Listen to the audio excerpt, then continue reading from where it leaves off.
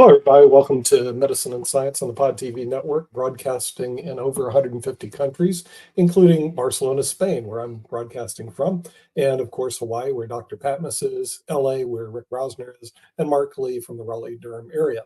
And today we have a very exciting program because it's getting toward Halloween, and it's not The Walking Dead, it's walking pneumonia. Apparently, it's become a big problem that many people don't know about, but it's surfaced. And it's something that we apparently do need to know about because pneumonia can be very dangerous. Okay, so walking pneumonia just doesn't sound good. In other words, something I just not sure if I want. So with that, we need to bring in somebody who is a specialist more so than the people that you see on the social media networks who just say things and they don't know what they're saying. With that, we have somebody who's board certified in internal medicine, who can give us who's a medical doctor, can help shed some light on walking pneumonia. So when kids go trick-or-treating, are they trick or are they treating? Is the trick getting and catching walking pneumonia? So with that, Dr. Patmos, I guess you need to inform this. Is this something we should worry about during Halloween? Kids go walking around, and apparently they're not waltzing Matilda, which our people in Australia like to talk about, but walking pneumonia. What is it? Is it dangerous? Should we be concerned? Nick, good morning to everybody. Actually, today I am in Los Angeles, but I'm happy to provide some brief comments about the term walking pneumonia. I actually have some other information today that's very hot off the press and very exciting and important, which I will get to. But you've requested some input about walking pneumonia is an old term that really refers to community-acquired pneumonia. And where did that term come from? We know patients get pneumonia, particularly elderly people or after influenza and viral infections. And when clinically, especially if you look back historically, pneumonia was always thought of as a deadly, because at the turn of the 20th century, pneumonia was the number one cause of death. That's what most people died of. So back in 1900, pneumonia was the typical picture of pneumonia was an acutely ill patient, high fever, coughing up enormous amounts of infected sputum with respiratory stress and death. That was pneumonia back, in the pre-antibiotic era in the early, and that's the descriptions that, when you talk about pneumonia, that's what the pneumonia people are thinking about, the pneumonia that kills you. Well, fast forward to the middle of the 20th century, and we get to the 60s and 70s, and we began to recognize that not all pneumonia is critical illness, that there are people who have pneumonia. You get a chest X, they come in with a cough or a little fever, they don't feel good, you get a chest x-ray and, oh my God, they've got a lobe that's whited out. They're walking around with pneumonia. And the term walking pneumonia became popularized back then. What it really represents is recognizing that there is a spectrum with pneumonia from mild disease to severe disease. And like many areas of medicine, that which was recognized in the beginning was the severe disease, the worst cases. Then we begin to realize that there actually are milder cases that we didn't even know were there. That's the story with walking pneumonia. It's really pneumonia that is milder in its presentation, and so it doesn't make you critically ill, and so people are surprised when they see a chest x-ray where there's a pneumonia and infiltrate in the lung. Pneumonia basically can be graded into one of 5 different levels, and the first 3 levels 1, 2, and 3, or A, B, and C, are all treated as an outpatient. People will do better as an outpatient treated for those stages or levels of pneumonia. Only stage 4 or severity levels 4 and 5 require hospitalization. Those patients do better in the hospital. Most people with pneumonia at the stages 1, 2, and 3 should not be hospitalized unless there's some extenuating circumstance. They will have a better outcome with outpatient treatment. I can provide more information about walking pneumonia next time, but I want to today just to tell you some very, very important stuff, and I've got 10 minutes to do this. Last week, I hope you allow me the latitude to do this. Last week, I took a course at Harvard Medical School entitled Infectious Disease for Primary Care.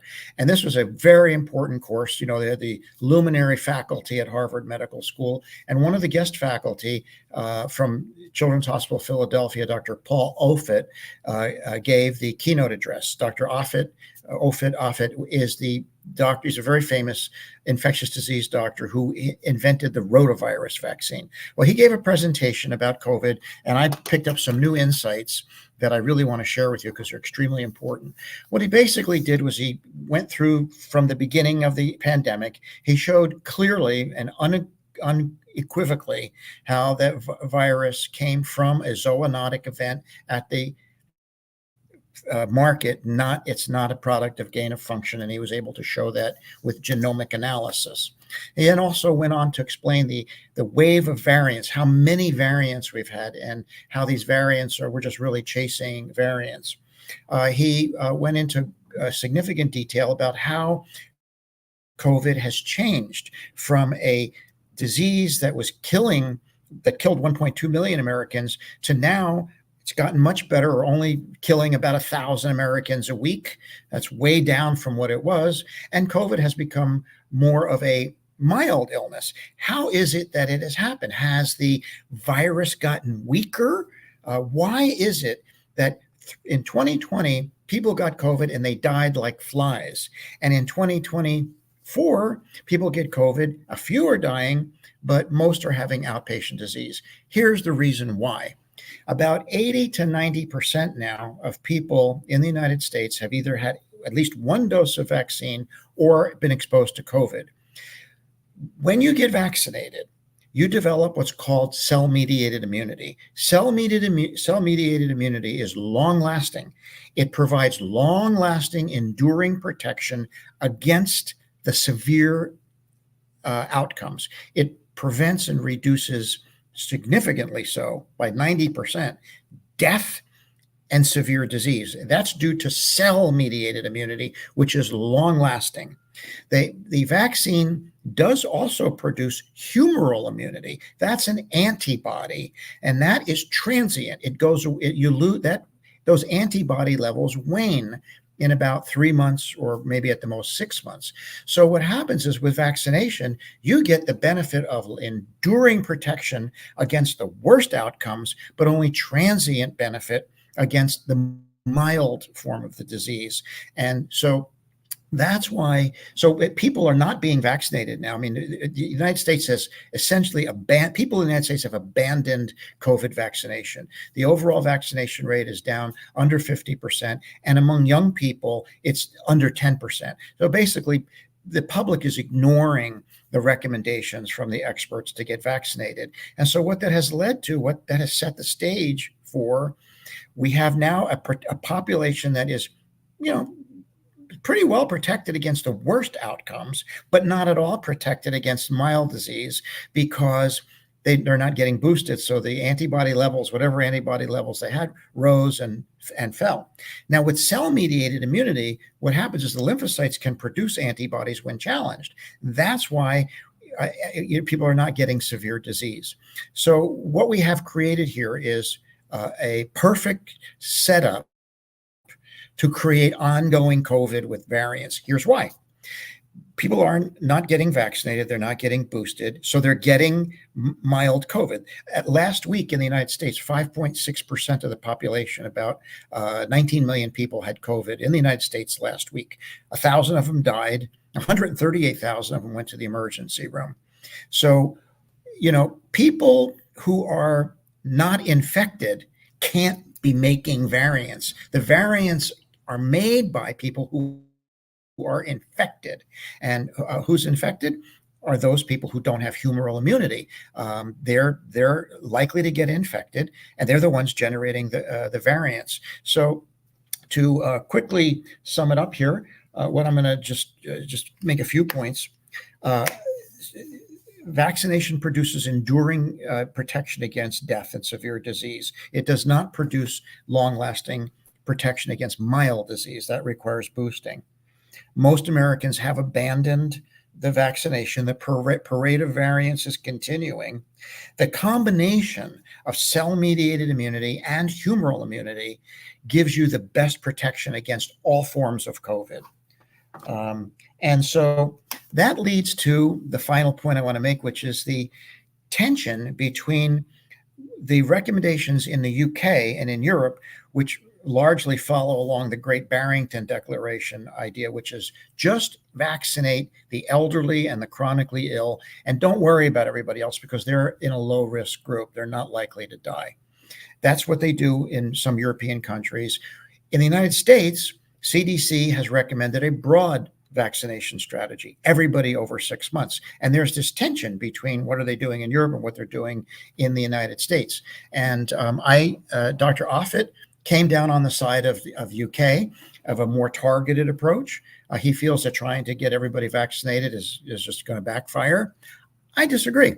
I support the broad approach because if the goal is to stop people from getting sick, end the epidemic, stop creating variants, and protect people from death, you have to have the combination of cell-mediated immunity and humoral immunity. That means immunization to create long-term enduring benefit and periodic boosting to maintain antibody levels so that you have protection against acute disease. Now I know why I have never gotten COVID, because I've had 8 vaccines. So I have robust cell-mediated immunity. I'm not likely to die if I were to get COVID. And because I've been getting boosted every 6 months, I maintain my humoral immunity, and that has protected me against mild disease. So I disagree with Dr. Offit. I think we should be, it's not that we didn't vaccinate too much. We didn't vaccinate enough, and we're still not vaccinating enough. So that's my presentation today.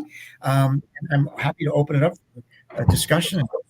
Okay, Rick Rouser's joined us. Yeah, Rick, you have questions? Yeah, so right now we're in a lull. For instance, in LA County, 93 new cases a day on average compared to 650 new COVID cases 2 months ago, maybe.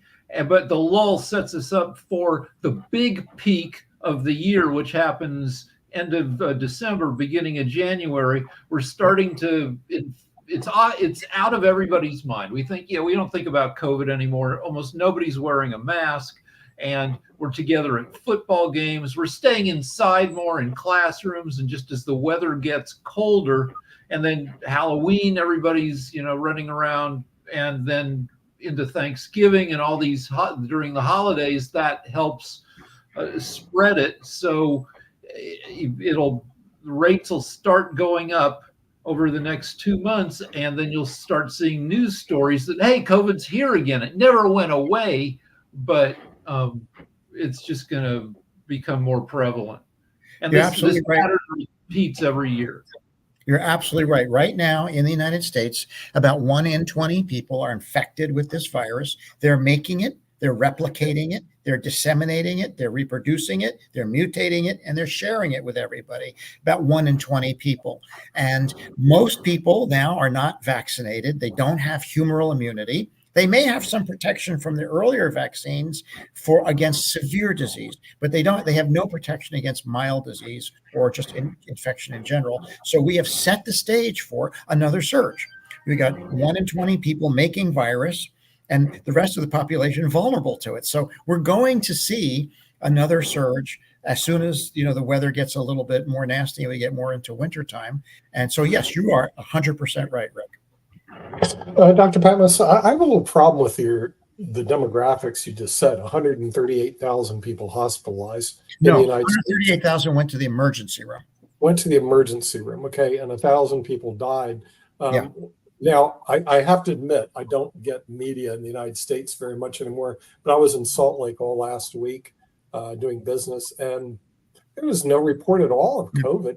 But if you think about it, 1,000 a week is 52,000 a year if you annualize it. And you're talking about big numbers, 100,000 people. you're talking about like millions of people that are going to be in the emergency room. So my question to you, counselor, is why is the media completely mum on this? They're not saying one word about it. It's old news, So, I mean, think about it this way. 1,000 people a week is 2 jumbo jets a week. Imagine if in the United States, 2 Boeing 767s filled with 200, each with 200 plus passengers crashed every week. That would be all over the news. People wouldn't get on an airplane if we had 2 jumbo jets of death a week. Mm-hmm. That's what we have now from COVID is 2 jumbo jets of death a week. And it's not even newsworthy. It's old news. Mm-hmm. Right. Well, that's one of the problems I have is I think that it should be newsworthy. If it was a new disease, this would be all over the press because exactly. 1,000 people is a lot of people dying. 138,000 people going to ER. That's a lot of people. So Yes. I follow the metrics. I'm going, you're talking, Dr. Patmos, you're talking big numbers. But at the same time, I'm going, it's totally disappeared. And in Spain, I can tell you there's nothing on it, nothing on COVID at all. So I assume it completely went away in Spain, but I'm not really sure. Yeah, Rick. Are the demographics of who dies from COVID part of the problem in getting attention? Because 80% of the people who die are seniors. So if somebody's like 82 and then do people tend to say, well, it was her time, even though it wasn't her frickin' time. Yes, you're right. So the majority of deaths and the majority of critical illness and severe illness is among older people, but not all. See, this is a thing. It's the 80-20 rule. Dr. Bhattacharya and the others who promoted the targeted approach, they say, well, there's the people who are at risk, and then there's the low risk group. And as if no one in the low risk group dies. About 20% of the 1.2 million people in the United States who've died of COVID were not elderly, were not chronically ill. They were younger. They were in their 20s, 30s, 40s, 50s. We've lost over 2,000 children to COVID in the United States. And we're not just talking about deaths. There's also severe disease, chronic disease. One of my jobs is I review prior authorization requests in California for serious procedures. And I have personally authorized 2 bilateral lung transplants in children whose lungs were destroyed by COVID. These were otherwise healthy children who got COVID. They were very sick, hospitalized, ICU, lungs destroyed, and now they need transplants. So it's not just death, it's also severe disease. But you're right. The fact that most of the people who die are elderly, it's kind of like, well, they were elderly, but not all deaths are in the elderly or chronically ill. Yeah, right. There's an elderly guy, 78 years old, who almost died of COVID, was in the hospital for like a week, needed all sorts of heroic measures, like maybe $1 million worth of medicine to just not die. That guy's running for president. That guy is Donald Trump. And that's pretty funny. I also have a question on this. They have given him a certain degree of brain aging that if you're sick enough to be in the hospital, they say that causes decades of what looks like aging to your brain. About 15% of people who get COVID experience persisting symptoms, and they often include neurocognitive manifestations. Well, let's talk about the vaccine. Now the vaccine's been around for a while, and I've taken the vaccine, and people are saying, well, we're concerned about the long-term effects or even the short-term effects. How have you seen the efficiency of the vaccine? Has it been efficient? My opinion, at least for me, empirical evidence says it has been efficient. It has worked. But since you keep up with the demographics, has the vaccine been efficient? Yes, we have great data. By the way, anyone who would like to see more information on the data, just go to my LinkedIn page. I have posted all kinds of data and charts and posts there, and just direct message me there, and I can provide you with data if you want to see hard facts. So the vaccine, which vaccine are we talking about? I'm talking about the mRNA vaccine. That vaccine produces 90 to 95%, somewhere in that range, protection against the most severe outcomes, death and severe disease. That's the primary goal of vaccination. The primary goal of vaccination, all vaccination, is to prevent death. These vaccines are very good at preventing death and severe disease. When it comes to preventing mild, and that's because of cell-mediated immunity, they're not as effective at preventing acquisition of disease and mild disease because the humoral immunity is so transient. It only lasts 3 to 6 months. They work, but they only work for a period of time, and that requires boosting. So to me, the ideal strategy is vaccinate and boost. And I don't have people with diabetes have no problem injecting insulin. People on testosterone have no problem injecting testosterone once a week. What's so hard about getting a booster twice a year? Right. Yeah. Can you talk about Paxlovid, which my wife, like, if you have decent insurance and you get COVID, you get to your doctor, they'll give you this Paxlovid, which I think is a 2-drug combination, but my wife is skeptical. She hears, like a lot of, I don't know, but I think it works. It does. There's no question that it works. I've prescribed Paxlovid hundreds of times, and it's Paxlovid has been lumped in. The anti-vaxxers, they're against vaccination. They hate remdesivir and they hate Paxlovid. They don't want people taking anything that actually works. They just want to sell you hydroxychloroquine and ivermectin. No, Paxlovid works. It's still under an experimental use authorization. It is a serious medicine. It's a major antiviral drug. It's generally well tolerated. People who have trouble with it are people who have renal failure, on dialysis, or who are taking certain medications with which it might interact, and they can't take those medications, like atorvastatin or statin drugs for cholesterol. Doesn't mix with Paxlovid. But Paxlovid is otherwise pretty safe. It does give you a metallic taste, but I can tell you in the hundreds of patients that I've treated with Paxlovid, they report dramatic benefit. 48 hours, they are way better. The sicker you are, the more it helps you. If you're only minimally ill, you're not going to notice much. But if you're pretty sick as an outpatient and you take Paxlovid, you're going to feel dramatically better in 48 hours. And it's generally pretty safe. What about metformin? About 1 American in 6 takes metformin for diabetes. I take it because I'm a hypochondriac, and does it really reduce severity by like 40%? There's some evidence. It's preliminary. It's new evidence. There is some evidence to suggest efficacy for metformin. That requires a lot more investigation, I think, before we understand really how and why. And it's early. That's early, and that's an early observation. I think there may be something there. It'll take a little time for that to ferret out. Yeah, I think we should do a whole subject on metformin because my doctor prescribed that to me. They said, and then I did some research on it. They said you lose 2 or 3% body fat, or anyway, I lost 20 pounds. I feel pretty good about it. But it may have nothing to do with the drug. It may have to do with moving to Spain and that you eat different here, like no kidding. And so it may have something to do with that. But let's talk about the booster shot. I've been taking the booster shot, and I feel like it's going to be something I have to take every year because this thing isn't going to go away. What are your thoughts on the booster? At this time right now, I recommend that. I think that especially for people who are at high risk, but even for people who aren't at high risk, yes, maybe you're 20 years old and healthy, and even if you got COVID, you're only probably going to have a mild disease because you got immunized 3 years ago. But there's still another reason to boost. And so that you don't get COVID again and make more virus. See, it's not just about you when you get vaccinated. Vaccines aren't just about the person being vaccinated and preventing them from dying. It's also about preventing them from becoming a virus factor. Yeah. We don't have herd immunity. When 20% of the population is infected, that's an infected herd. That's what we have. We have an infected herd that's making virus and continuing to make virus, generating variants, perpetuating the whole thing.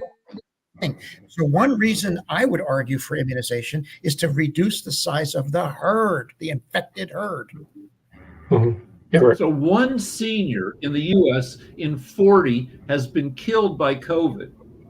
which is a lot. It's a lot of grandmas and grandpas. And I suspect in hundreds of cases, I would think that the kids, like adults in their 40s, they get COVID and they're like, well, we should stay away from grandma's house. And then like they look at each other, they've got $30,000 worth of credit card debt, and they go, maybe we should go over to grandma's house with our COVID. Oh, that's really, oh man, that's some good satire there. Let me give you I'll give you a real for real situation. On the big island of Hawaii, the island Hawaii, there's a veterans nursing home. And it was a large nursing home. I think it had something like 70 or 80 vets there.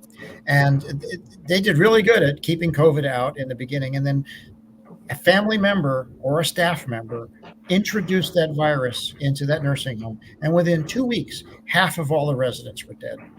Wow. So yes, visiting, that's the reason, one reason they get vaccinated. You might kill your grandma.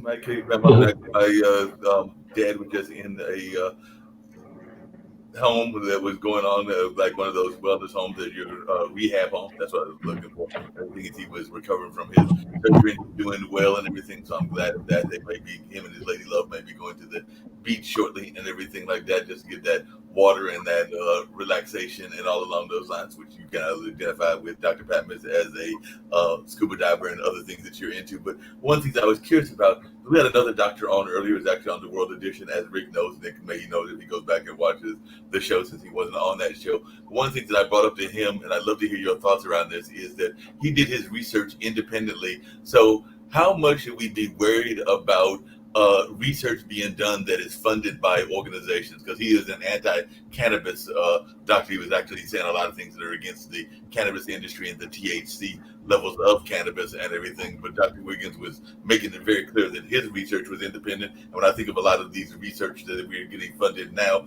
even including some of the things with the pandemic, it is being funded by the pharmaceutical company. So how concerned should we be about the source of where the funding is coming from? Because you've raised a very important point, and that is, does grant funding impact the outcome of the research? And I think that that's always a risk. But at the higher end, in terms of high quality research, there's a protection built in with that. When the pharmaceutical companies donate to or support funding for research, they're not going to tell a professor at Harvard, this is what you have to say. So I think part of it is recognizing the level of the quality of research. Where is it published? Is it peer reviewed? Was it subjected to critical appraisal? Has that data been corroborated by other studies? What happens is, one doctor does research that presents something, and then other doctors try and refute it. And when they can't, then you have something real. But yes, I think you always have to look at who's paying for this, what's the financial agenda, and look for journals and publications that have built-in protections against bias. That's why we have real medical journals with peer review, doing critical appraisal, not just accepting that what someone publishes is right. Mm-hmm. Right. So it's really important to look at the quality of that. Okay, right. I feel like it shows up with generics versus copyrighted drugs. Once you make a new drug, I think you're allowed to sell it for 17 years before they make a generic. And some statins and other drugs, like the pharmaceutical company that's got the new drug will try to put you on the new one because they make a ton of money off it, but there's an old drug that's just as effective. Is that a thing? Yeah, extending the copyright, the patent protection is a big game for pharmaceutical industry. I don't get involved with that because I don't prescribe brand name drugs. Never. I exclusively prescribe generics. All right. Okay. All right. Well, we're at the half hour, so I do want to thank Dr. Patmos and, of course, Rick Rosner and Mark Lee and our viewership around the world. So as we head toward Halloween, be careful, because walking pneumonia might get you. You might want to wear a mask under your mask. you might want to wear a mask on your mask because COVID has not gone away, and that may be more dangerous than the pneumonia. So with that, we'll see you next week on Medicine and Science. Take care. Have a good week. Bye.